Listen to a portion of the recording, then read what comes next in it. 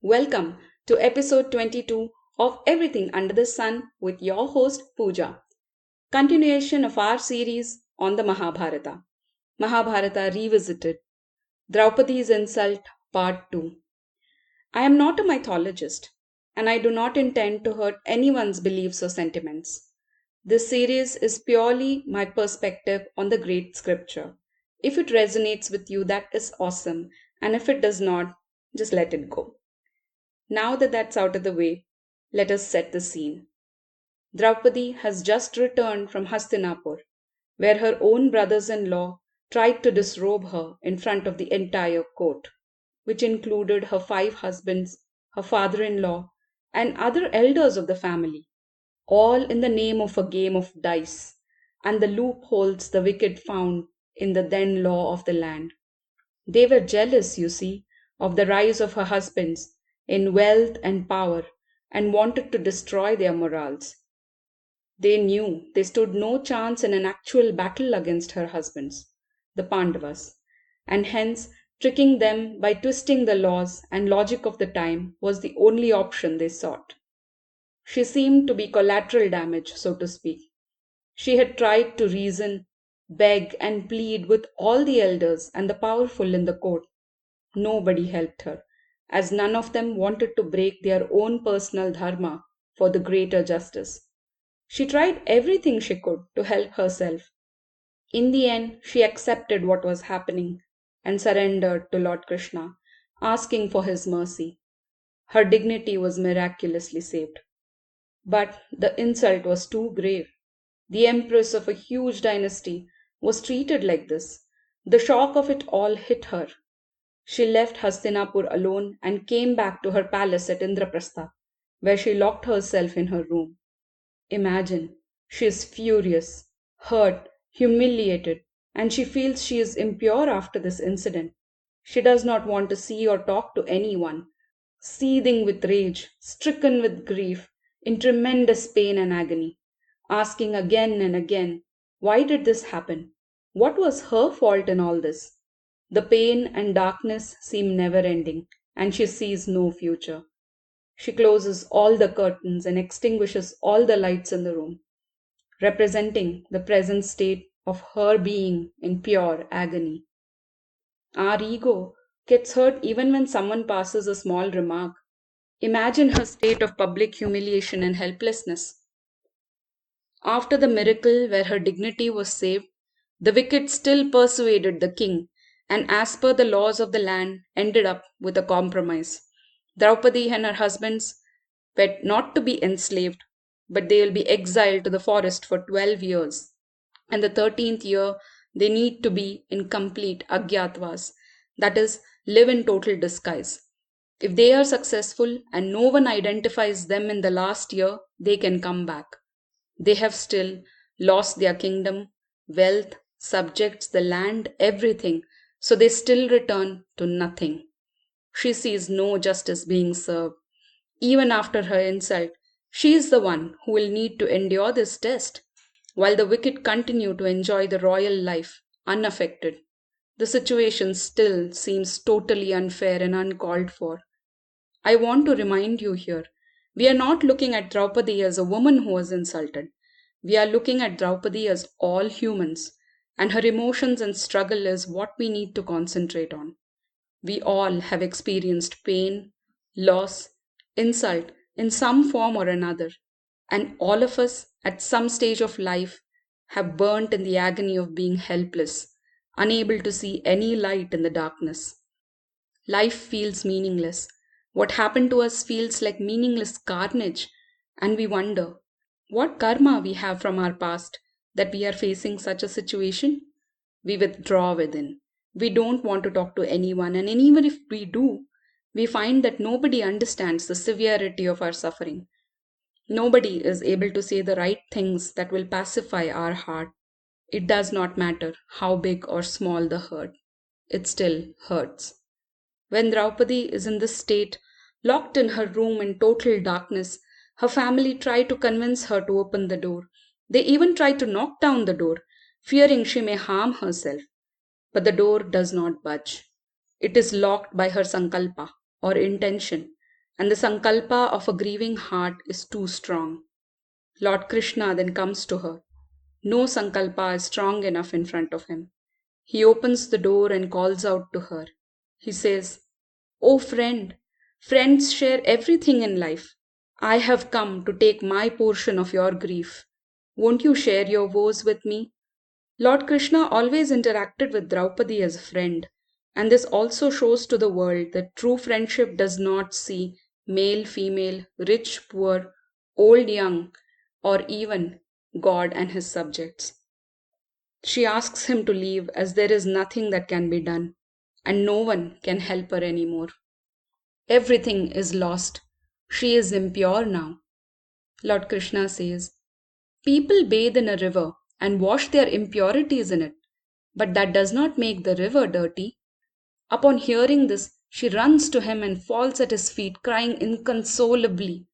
She cries out loud. She says, "Why me, O Govind? Why me? What karma is it that this happened to me? Such a grave insult. What was my fault in all of this?" Lord Krishna consoles her. He says this was not her karma. This was an unfortunate incident that happened to her. It was the karma of the Kauravas, that is the cousin family, that led them to commit such a big sin. She looks at him and says, "But Govind, how does that matter? I am the one suffering the pain and agony." To which he replies, "Then give up the pain and agony. What happened to you was not your karma. But if you hold on to the pain and agony, you are creating and making this your karma. Give up your pain and suffering to the Supreme Lord. He is ever ready to accept the world's pain and suffering." Let us take a pause here. He is saying when something bad happens to you, it is not always a result of past karma. It may be just chance, but if you hold on to it, keep it close to your heart, relive the incident again and again, emotionally and mentally, then you are making it your karma and you are creating new negative karma. It is a lot to digest, isn't it? We are caught up in justice and injustice and cannot look at the bigger picture, and that is being human. When we are suffering, we are unable to see beyond. The Lord then asks her to first and foremost forgive everyone involved in this incident. Firstly, to forgive Duryodhana. Once you forgive them, their downfall will begin, he says.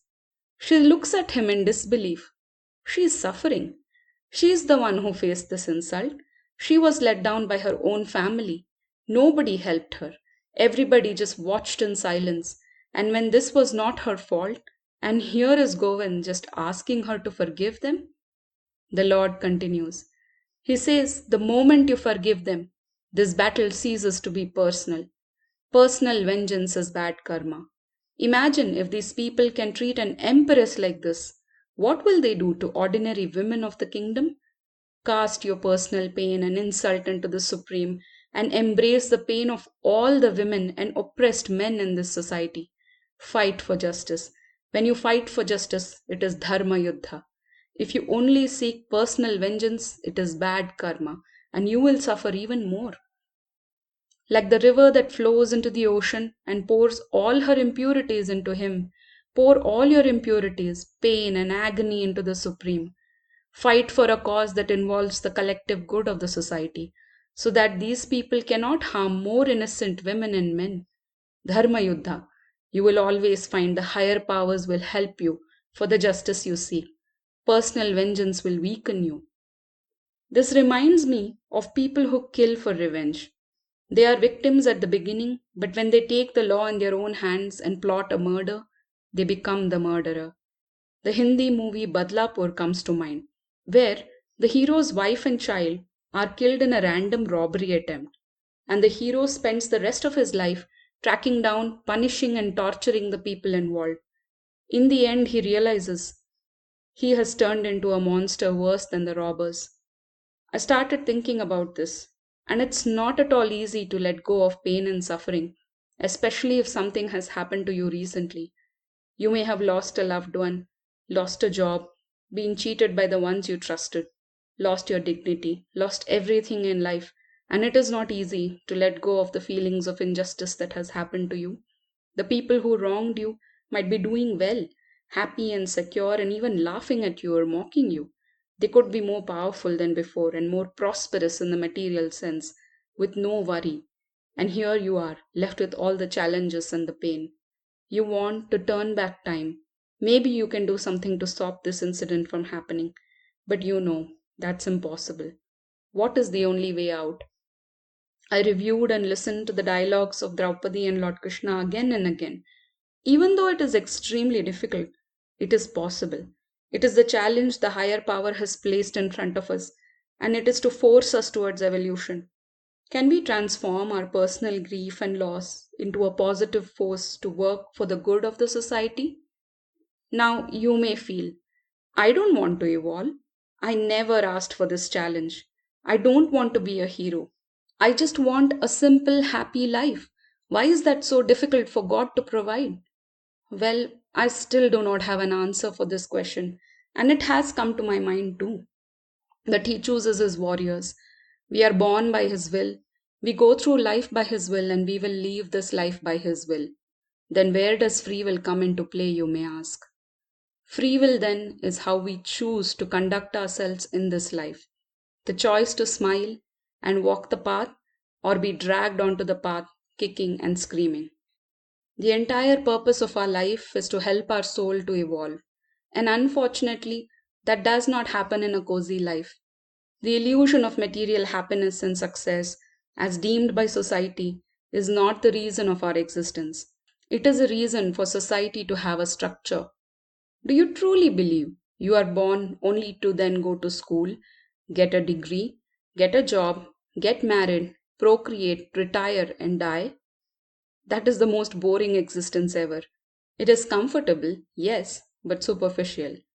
If you have gone through unpleasant times in life, or are currently experiencing pain and agony, seething with rage, wondering at the sheer randomness of events, give yourself time to grieve, but know that the pain and agony will not go away on their own.